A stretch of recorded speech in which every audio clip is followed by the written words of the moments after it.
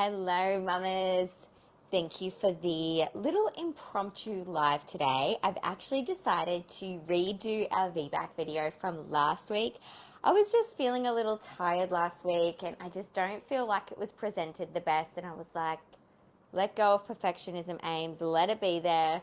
But honestly, it's been waking me up at night. So I'm just going to redo it and delete the last one. And here we fucking are. And I'm rested and I am good to go. Period has come and gone, which always creates a little bit of havoc with me in the business at that time. So I'm good to go now. And I'm just going to do an extra little live. So VBACs, vaginal births after cesarean section. Now, as I was saying, this is a topic that I feel super duper passionate about. We have a bunch of mamas coming through the business at the moment, preparing for a vaginal birth after a cesarean section. And there is so many components to it, and we're going to discuss a lot of them today. We're going to talk about the physical aspect of it, and we're also going to talk about the mental aspect of it. Now, having a VBAC sometimes is more of a mental game than a physical game, because you can do all the physical prep in the world and it's done. You can tick it off the list and be like, cool, I've done everything that I can do. However, sometimes the mental game is a little bit harder to get ahead of, and it's not as much as ticking something on a to-do list when you've got to have proper belief into certain concepts, etc. So we'll break that down separately. First thing we need to ask ourselves when preparing for a vaginal birth after cesarean section is, what caused the first cesarean section in the first place?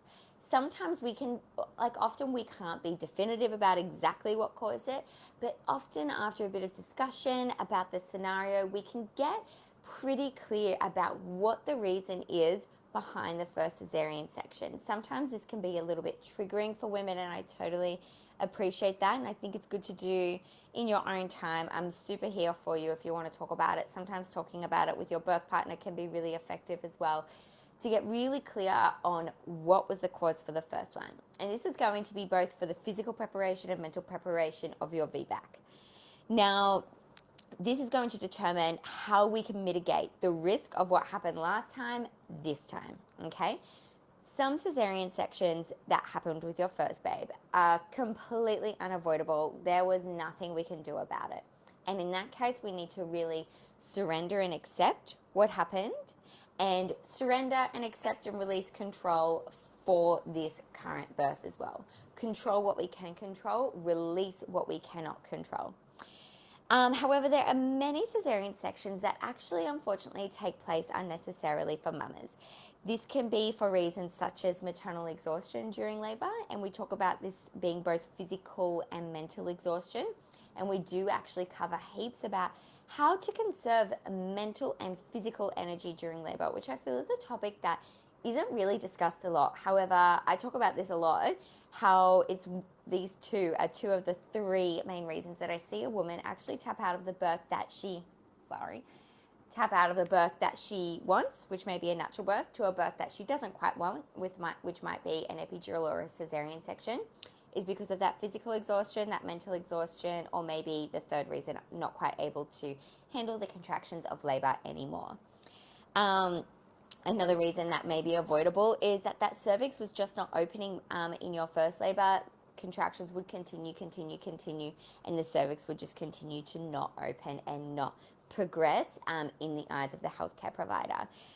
This may also be due to baby not moving down the pelvis. Sometimes women will get to 9 centimeters, even 10 centimeters, and for whatever reason, baby just cannot come through the pelvis, and that leads to a cesarean section. This could be very much avoided a lot of the time as well. And this may be due to contractions not quite getting to that strong and effective stage during labour, which may be another reason that may be within our control as well. So we're going to cover, how many have we got? 1, 2, 3, 4, 5-ish.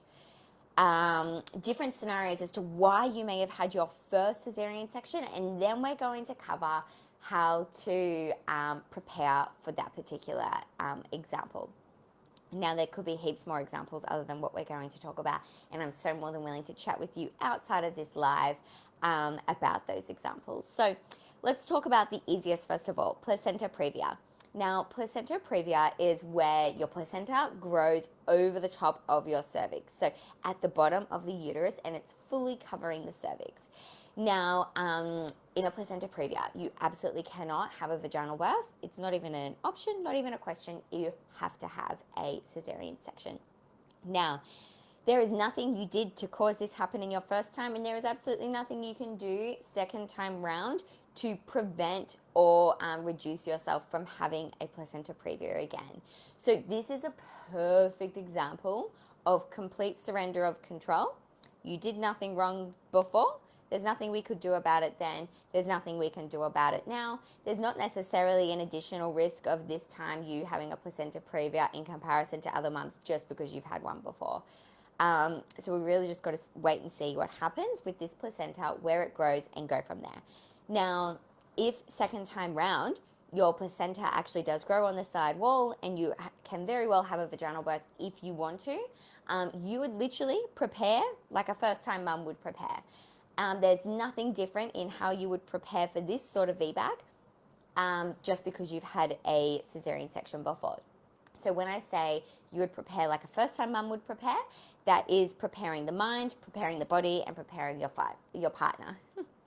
And these are the three aspects that us at Natural Birth Co really go deep into for preparing for first-time mamas. Is preparing mind, body, and partner is really necessary to have that natural birth experience. Great. So second of all, let's talk about breech bubbers. So you had a breech bub with your first babe and you had a cesarean section for that. Fair call. Now, I want us to reflect. Some breech bubbers can be completely natural and normal for that mum's shape, pelvis, and uterus for that first pregnancy. If that's the case, there's nothing we can do about that. However, there is times where babies can be breech due to what we call an imbalance of the ligaments. So I want to break this down. Some breaches we can influence, some breaches we cannot influence. So we're going to focus on what we can influence, taking control of what we can take control of, surrendering and accepting what we can't control. So when I talk about babes being breech that we can control, this is from an imbalance in the ligaments and specifically in our uteral sacral ligaments. So I have a little poster here. Now, I wanted to explain this to you. So we have uteral sacral ligaments that attach from the bottom of the uterus to the inside of the iliac crest. Sorry, I'm mirroring here, doing opposite to what I'm saying. So it's attached from the lower uterus at the front of the uterus back to the pubic bone at the back. So I'll show you an example in another way because my finger's all over the shop on that bloody poster. So at the bottom of your uterus, you have a ligament that attaches from the bottom of the uterus here back to the iliac crest, either side. These are two uteral sacral ligaments, okay? So now their role during the pregnancy and birth experience is to guide baby with flexion and rotation as they descend through the pelvis. So flexion meaning chin to chest, rotation meaning wiggling the body back and forth, wiggling the head back and forth, rotation and flexion through the pelvis.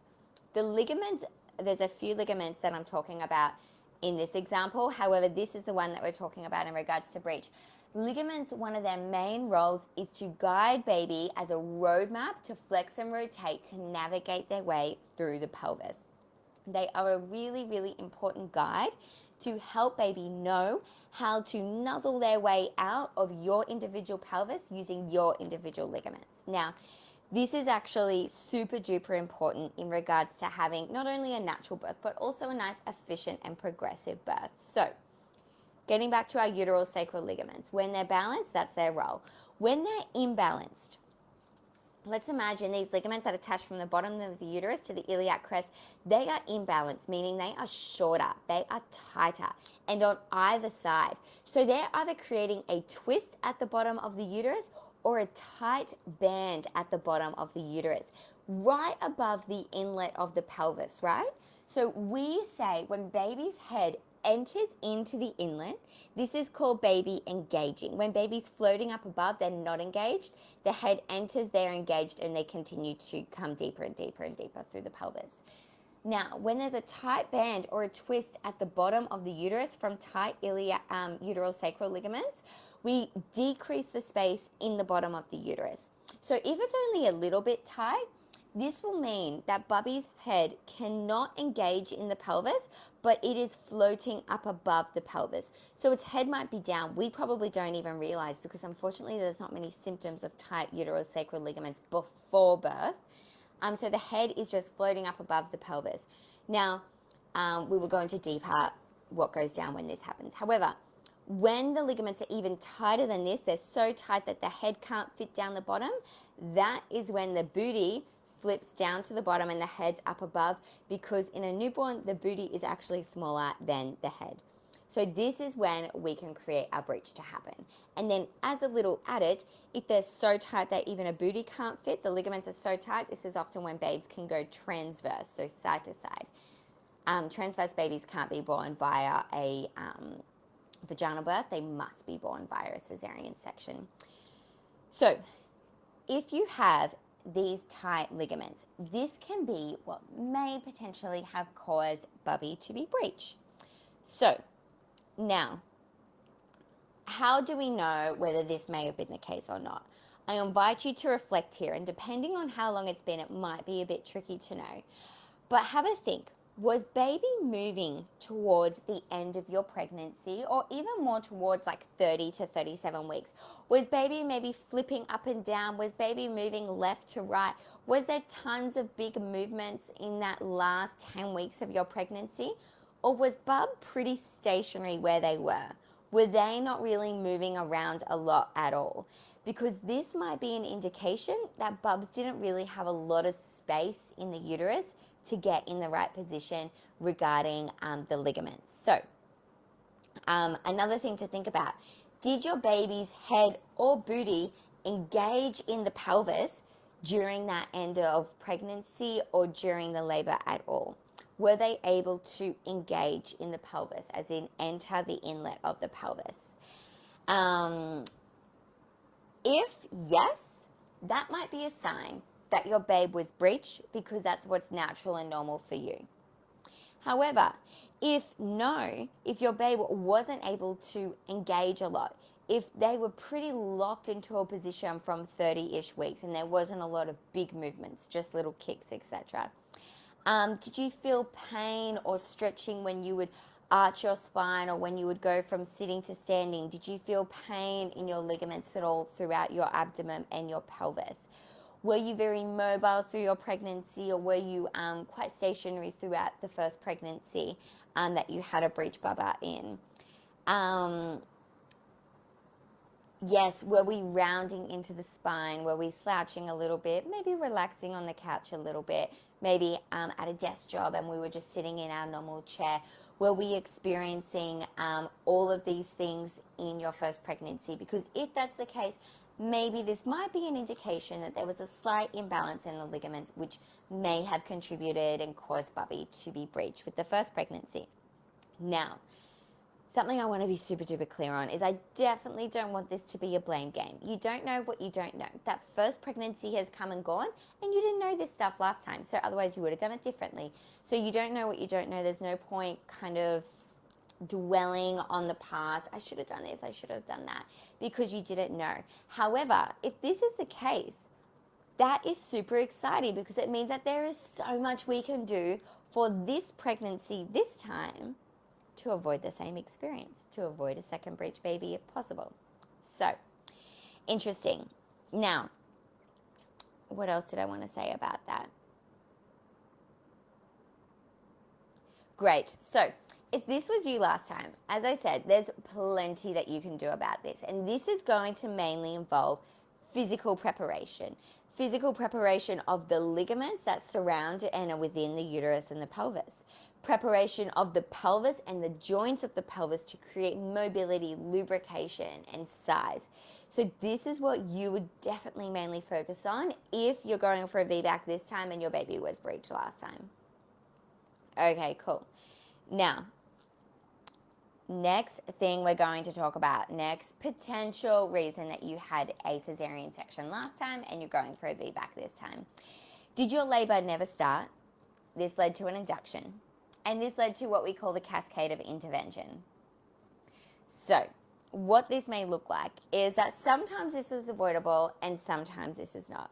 Okay, first of all, as a quick little side note, sometimes labor cannot start because the body knows it's not ready, because those ligaments that we just talked about, uteral sacral ligaments, that are attached to the bottom of the uterus to the back of the iliac crest, if they're tight, creating a tight band at the bottom of the uterus and babes can't engage, that can be a reason that the body doesn't let itself go into labor, because it knows it's not going to be a good end result, and it's waiting and waiting and waiting to the very last moment for those ligaments to lengthen with more and more relaxant pumping through the body. So that could be a reason, and if that's the case, having those ligaments nice and loose leading up to labor this time, so that we know, okay, that's definitely not the reason as to why labor's not starting, can be really amazing, really empowering, and hopefully allow your labor to start naturally on time for your individual body. Now, aside from that, what can really help with this scenario? This is something I educate my mamas on all the time, because this is what gives you power. This is what gives you the complete control of everything you can control, all right? So sometimes if labor doesn't start, we can't do anything about that a lot of the time. You might have completely balanced ligaments. You might be on the red raspberry leaf. You might be getting the acupuncture. You might be having the 7 dates a day, doing all the things, and labor's not starting, and there's nothing we can do about that. So first of all, having a deep understanding and education about the risk of induction versus the risk of waiting for labor to start naturally.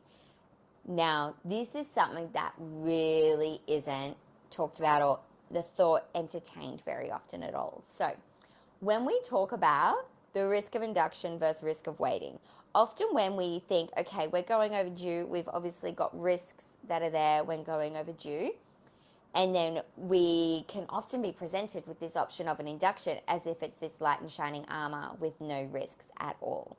However, induction very much has its own risks of itself. And everything has its own risk of itself. Being pregnant in general and birthing in general is risky business, but it's always a balance of weighing up the risk according to your individual values. Okay, so let's elaborate on that. The risk of induction definitely poses risks to you having a natural labor experience, definitely poses a risk to your perineum, to your pelvic floor, to your connection with your babe, to the risk of having a cesarean section infection, all sorts of things, right? But then those risks may very well be better taking on those risks than the alternative, which is waiting for labor to start naturally, which has other risks of its own, right? So it's about comparing these two risks. So that's going to be very different, you looking at comparing these two risks bang on 40 weeks as opposed to 42 weeks. You are going to make a new decision and a new value-based decision each and every day almost, or each and every couple of days as you get to those later ends of pregnancy. So when I talk about value-based decision, it's really important to consider three main things.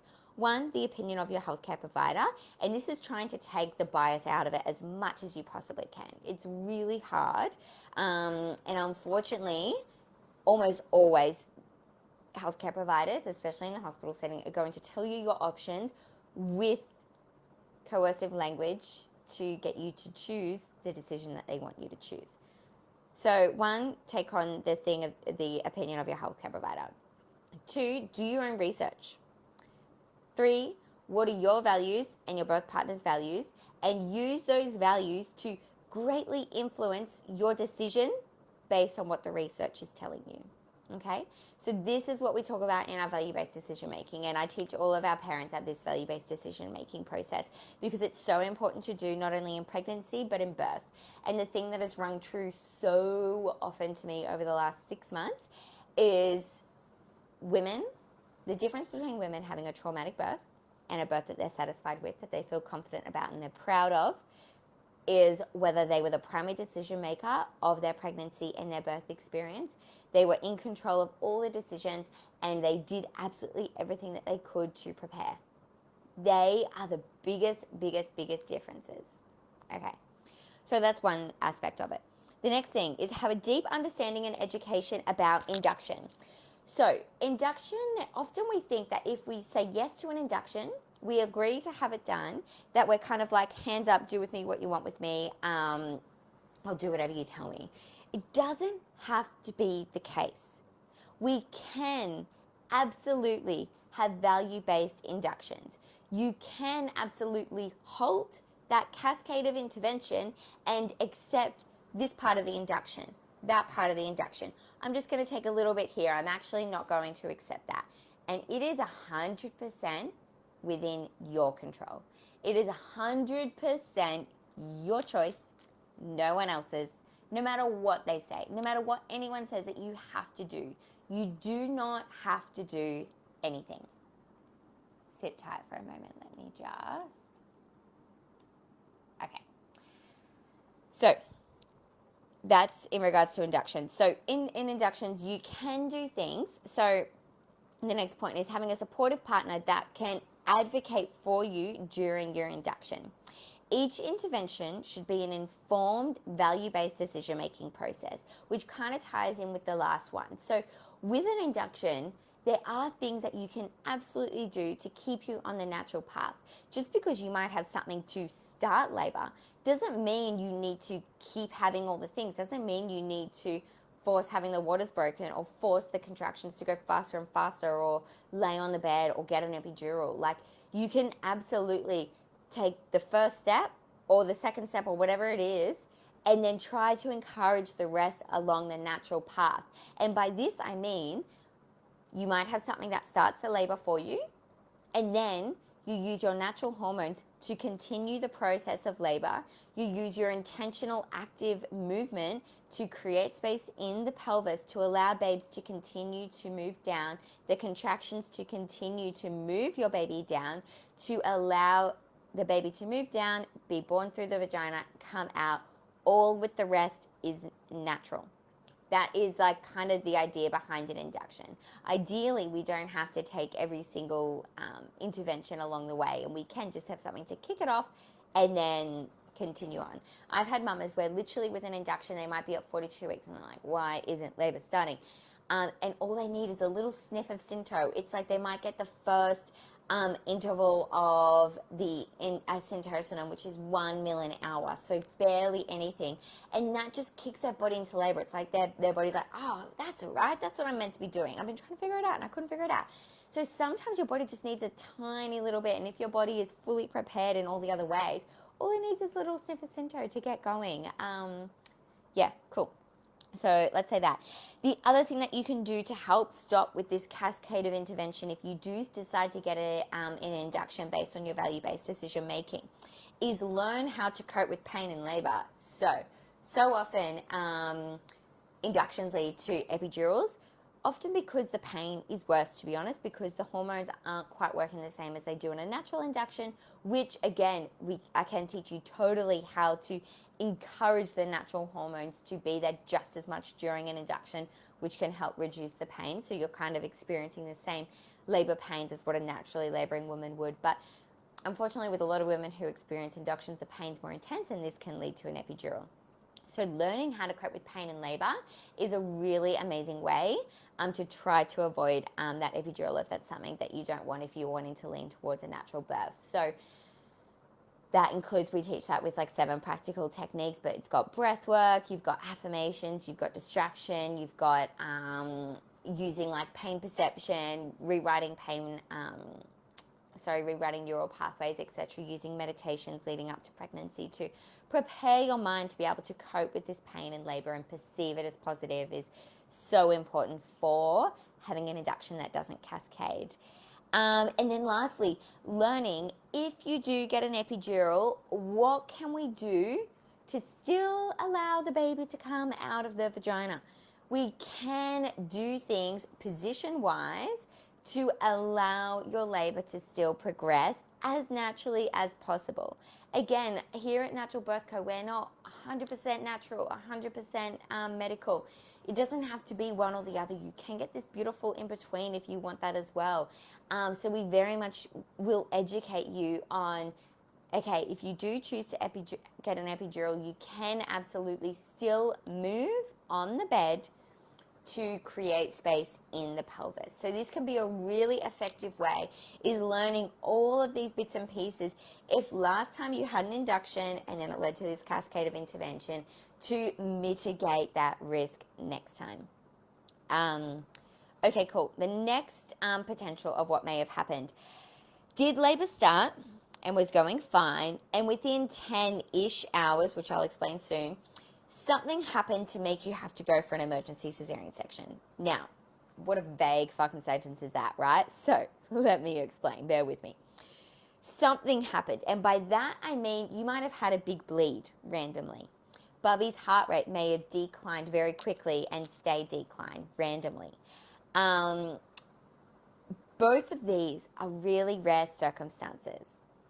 Now, in this situation, this is a perfect example of there is nothing you can do to avoid those things. There is nothing you did to cause them. There's nothing you can do to avoid them. Unfortunately, they are what they are, and this is a perfect example of surrender and acceptance.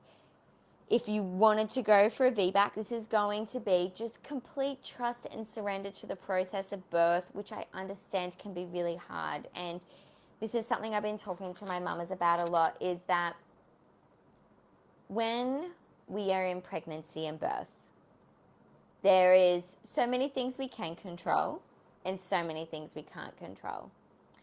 And this time is a very delicate but beautiful balance of what we can control, grasping on tight, controlling what we can control, doing our physical prep, doing our mental prep, making decisions that are value-based for us and that are based on research as well.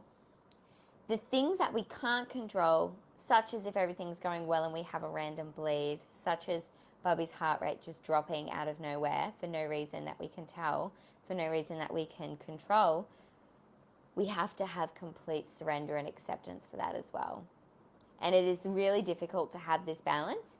And I feel like literally when you achieve this balance, even talking about this with my mum, it has helped me in normal life as well. Like sometimes you can do everything you can, and for whatever reason, this certain situation doesn't work out how you would really, really wanted it to. And there was nothing you could do about it. You've done all the reflection and you're like, there's nothing I can learn from this. And it just is what it is. I just need to move on with my life. So, and I'm not saying that in your circumstance it's as easy as my circumstance to just move on with your life. So sorry, I don't mean that to diminish like how you're feeling, etc. But there are some things that we can't control and surrender, and this may have been an experience that you had last time. Okay, cool. So that's the plan for if you had that last time, is controlling and surrendering to the process of birth if doing a VBAC is something that you want to do, and rewriting those neural pathways again to build that trust, rebuild that trust with the body to birth. Now, I want to clarify here that what I'm talking about in regards to the 10 hours, 10 hours isn't specific. Essentially what I'm trying to get down here is that you had a labor that had no sign of an obstruction. Okay, it's not like labor was going for an obscene amount of time and baby was stuck in the pelvis because of an obstruction. This is just a labor that was progressing normally, and out of nowhere something happened. Cool. All right, I'm just gonna have a little sip of my tea, but let's give a moment to appreciate this beautiful mug. How lovely, given to me by my mother-in-law for my birthday.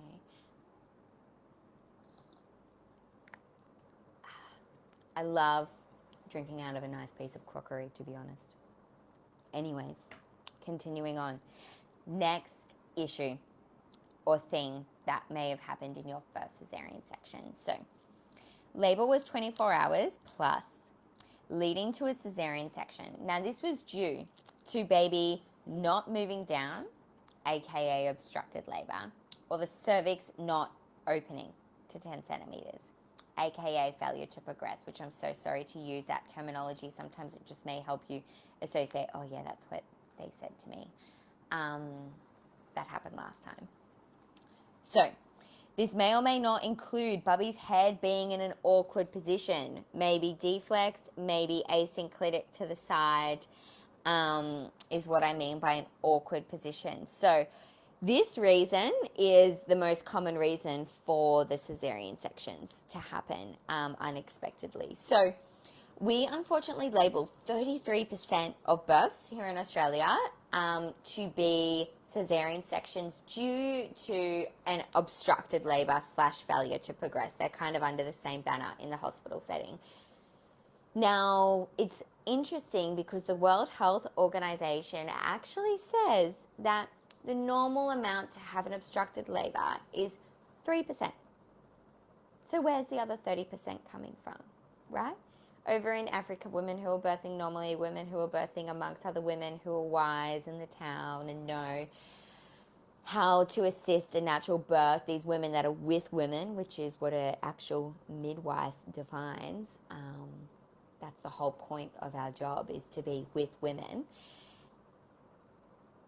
They have 3% of an obstructed labour, whereas we have 33% in our modern day society, in our modern day hospital system, birthing system. Why are we experiencing 30 extra % of obstructed labours? I have two theories that I really, truly believe are 100% contributing, at least, to this increased amount of obstructed labours. So first of all is an imbalance in the ligaments and muscles that surround the uterus and the pelvis during birth. Second of all is the lack of support during labour, helping you to be intentionally active during your birth experience and your labour experience to create space in the pelvis, in the right planes of the pelvis, to allow your baby to descend through the pelvis naturally, picking up the signs and treating the signs if a labour becomes obstructed or stalled, we might call it as well. Okay, so let's break each of these down. Now, when I'm talking about the ligaments, okay, ligaments and muscles that surround the uterus and the pelvis, these are really important to be balanced because they have two main roles. First of all, they encourage baby into the optimal position for your individual pelvis. So the optimal position, if this is new to you, listen to our previous lives or podcasts because I actually go into it, I think about 2 podcasts back. Optimal position. So balanced ligaments allow your baby the space and guide them into the optimal position for your individual pelvis. The second role is that these ligaments are all strewn and crossed around within this pelvic cavity that your bub descends through. Now, these ligaments being balanced, their role is to guide baby. They literally wrap around bubby's head, guiding them to flex chin to chest and rotate and wiggle their head around to descend themselves through the pelvis. This then allows the head to descend, the head to put pressure on that cervix, the cervix to open, soften, mature, and progress to 10 centimeters, and the contractions and or maternal pushing will continue to descend your baby down the vagina, crown, and come out of the uterus. This is what the ligaments do when they're balanced. When they are out of balance, first of all, bub can start labor in a potentially suboptimal position for the individual woman's pelvis, okay? This is going to, straight off the bat, lengthen your labor and make it more difficult, okay? Now, the second thing that they'll do is that even if the right ligaments are balanced to make baby be in the optimal position, whichever position that is for you, however, the balance that are within the uterus and the pelvis are all tight throughout here. They literally act as a gate in the pelvis, a closed gate inside the pelvis that as baby's trying to move down, the contractions are pushing baby down, pushing baby down, pushing baby down through the pelvis. The head is getting caught on this closed gate within the pelvis, which is 1, preventing baby to move down and descend, and 2, preventing bub's head to move down to put pressure on that cervix, preventing the cervix from opening. Depending what ligament it is and depending how tight, these two things can happen with an obstructed labor and tight ligaments. So that is how your ligaments and body balancing can really hugely, massively, massively, massively impact your birth experience. Now, 2, Everyone has a different shaped internal pelvis. So let's have a look. We have our inlet, which is the top. We have our mid pelvis, which is the middle. And we have our outlet, which is the very bottom of the pelvis sits bones. Now, everyone's pelvic shape is different. There are different ways to create space at different planes of the pelvis. You might potentially have a really protruding sacral prominence and your tailbone naturally sticks out a fair bit rather than tucking under. So what that might mean is that you need to be really creative in the ways that you move your body in that start of labor to let bubs engage into this inlet of the pelvis, okay, the entry point of the pelvis. Now, this is really helpful when, one, we're moving our body intuitively and we're in a really safe environment that we feel able to tune into our intuition and we feel safe to be able to move our body in the way that's comfortable for us. But two, having someone there, such as a midwife, such as a birth partner, such as a husband, who is educated, which is literally what we do with the birth partners, by the way, educated to help you create space in the pelvis, determine where baby is in the pelvis and create space in that area that baby is, allows you to not only have a progressive normal labor experience, but also identify if there's a stall in labor and mitigate that. Get rid of that stall. Whatever stalling labor, we do all sorts of different positions to get rid of that obstruction, get rid of that closed gate, open the gate, let the floodgates open, let the bubby come through and out. So, yes, that's the other thing. Now, I'm wondering, and I would love to hear from you, do any of these scenarios ring true to you? Does any of these scenarios of what happened to your first birth sound like, yeah, that's exactly what happened? And if not, or if you're unsure, might be a bit of this, might be a bit of that, I'm so here to have a chat. Even listen to this with your birth partner and see it from their perspective, because quite often the birth partner has a completely different memory of the birth experience than you. So it can be really helpful to hit them up about it. So something I wanted to talk about next is that VBACs are often more of a mental game than a physical game, right? So depending on what the reason was for the first one, VBACs can often leave us with a lot of distrust and lack of faith in the body to birth naturally. And this can be a really, really difficult thing to move past. And I have so much empathy for this scenario. We've had lots of mamas come through with VBACs. Honestly, many of them have gone through to have beautiful natural birth experiences. And there is nothing more healing to a traumatic birth than to have a healing birth experience. Honestly, nothing is going to heal that trauma as much as having a beautiful birth experience where you're in so much control, you've done so much preparation, you've done absolutely everything you can, and then everything beautifully goes your way. However, if you really do everything that you can for that second one as well, and it doesn't work out and you do end up in a cesarean section again, which again, another lady who actually wasn't one of our mamas, just a lady that I was talking to, had that experience. And she said she felt completely different second time round with that experience, just having full surrendering and acceptance, knowing she did everything she could do. She was the primary decision maker of her birth, and it still didn't go down. That just wasn't meant to be for her. And she accepts that and sees that exactly for what it is, which is much easier to surrender and accept when you've done everything you can, rather than being left with the regret, the guilt, the wondering, what if I did this? What if I did that? That's just the worst position to be left in. So, yeah. Sorry, I tangented there a little bit. However, it's kind of still on track. So they're very much more of a mental game, a lot of trust. What I find with my VBAC mamas is when we talk about their first birth and we can kind of get a rough idea as to what happened with the first birth, why she had to have the Caesar. Okay, we then, a lot of the time it is a controllable factor.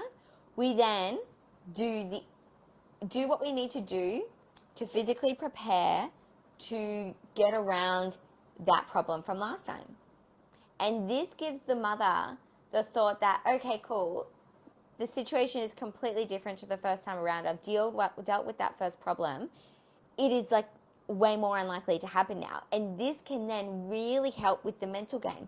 Oh, I did have a lack of faith in my body before, but now that I've balanced all my ligaments, now that my partner knows exactly how to create space in the pelvis, now that X, Y, and Z has happened, I've done the yoga, I'm mobile in my pelvis, whatever it is, now that it's happened, I do and I can have full trust in the body to birth.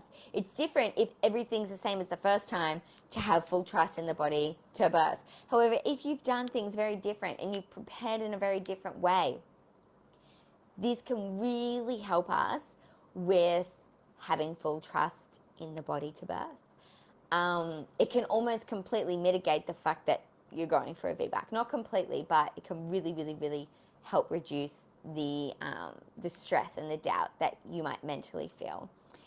When you take charge and you take control of the things that you can, this is what I find is the most empowering thing for my mothers, is that they take charge and they control what they can. They take back their power. They take back their power.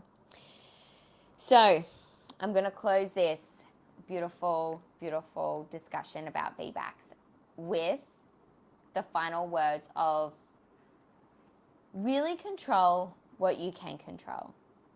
Surrender and accept what you can't control. Honestly, that is the beautiful balance and secret to having a beautiful birth experience. So, thank you so much for joining. I really hope you enjoy if you watch the replay. Definitely feel free to hit me up with any questions you may have. If you've already had a cesarean, you might not even be pregnant again and you're just curious as to ballpark ideas as to why the first one happened. Definitely let me know. Always, yeah. Thank you so much.